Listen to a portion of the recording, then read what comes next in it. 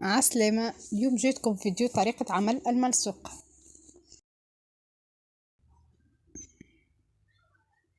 حطيت كيس سميد، عليه كيس فرينة، زدت رشة ملح وزوز مغارف زيت نباتي، وطبعا باش نحطو نص لتر ماء دافي، ونخلطو الخليط. اللي عنده ربو ينجم يحطو في الربو. القوام متاعو يكون كي خليط الكريم، خليوه يرتاح. ومن بعد حطيت كاسرونة فيها الماء، وحطيت فوقها قلاية تيفال، قلاية ما تلصقش معناها. ندهنوه شوية بزيت القلاية، ومن بعد نبداو نعملو بالفوش. هنا تشوفوا فيها شاحة البات، نبداو نهزو فيها بشوية بشوية.